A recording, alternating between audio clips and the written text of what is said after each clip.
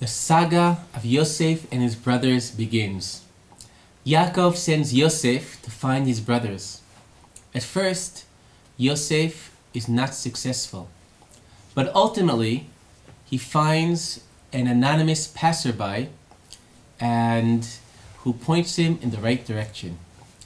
Now the Torah devotes a lot of space to telling us about this chance meeting between Yosef and the Ish, the person. And this is somewhat puzzling because to all of us it happens that we go places and we need a little bit of help on the way to find our bearings, and generally we don't see this as worthy of to remember, to note, to tell other people. So why is the Torah making such a point of the fact that Yosef couldn't find his brothers, and then this person came who helped him along? The Medrash tells us that this person was none other than an angel, a malach. The Rambond gives a very significant insight relating both to the biblical story and to the Medrash.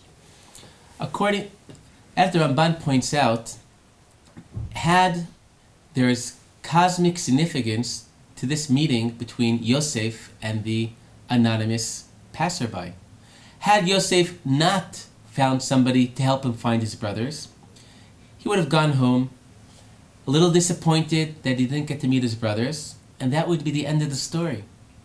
But Yosef did find his brothers, and when he found his brothers, that led him to be sold into slavery.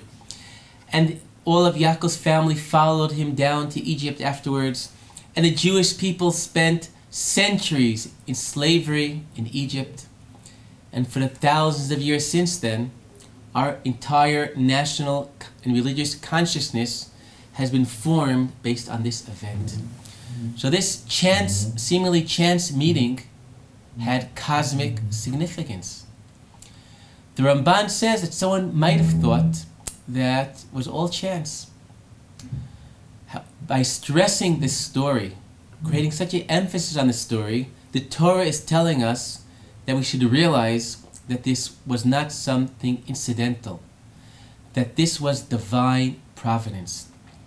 And the Rambond says that when the Medrash says this person was an angel, it doesn't mean that this was some heavenly figure from above.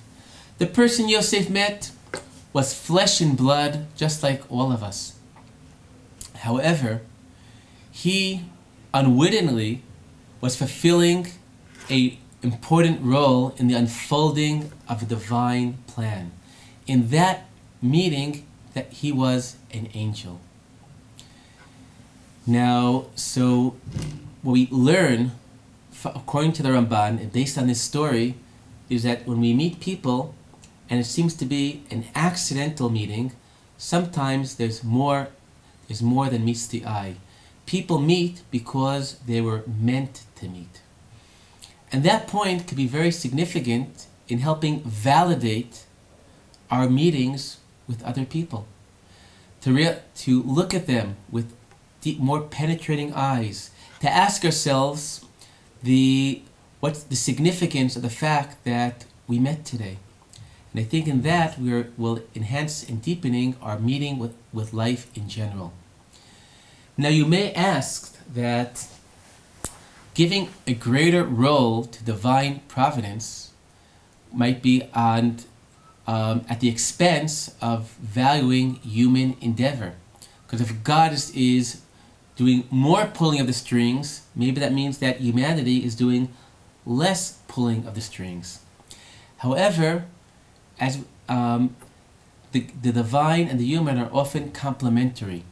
My father-in-law, Professor Uriel Simon, has written masterfully about the stories of Yosef and his brothers, and showing the interplay between divine providence and human endeavor. God might have the people meet, but what makes the meetings significant are the choices that the people make when these meetings take place. For the human potential to be unfolded, sometimes we need God to guide the events. But it's the people who are making the choices. It's the people who their inner self is being developed and expressed in relation to these events. I would like to share you a very remarkable story of a meeting of two people who were meant to meet. And this story I know firsthand because I'm privileged to know personally the people involved in the following story.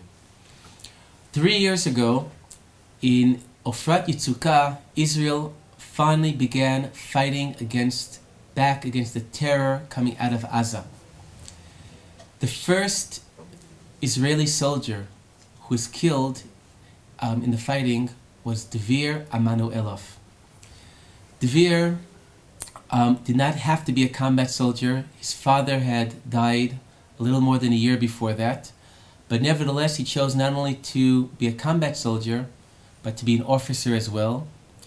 And in fact, as was the person he is named after, he too was killed by an Arab sniper. A few months after the war, it comes the day of Dvir's birthday. And Dalia, Dvir's mother, prays to God to give some sort of sign from above when she's feeling in the midst of so much of the incomprehensible loss. First her husband, then her son. A few days later, Dalia went to a concert of Meir Banai.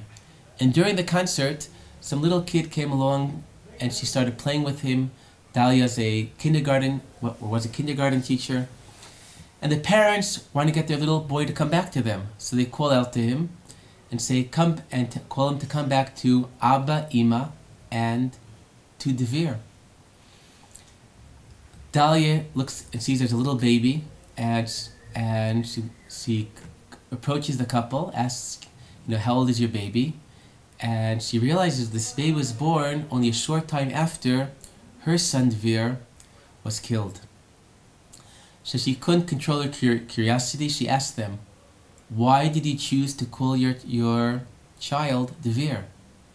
So then the mother Shiri told her story, that she was at the end of a very difficult pregnancy, and they saw on the news about the first soldier, Dvir, who had fallen, and his story very much touched them.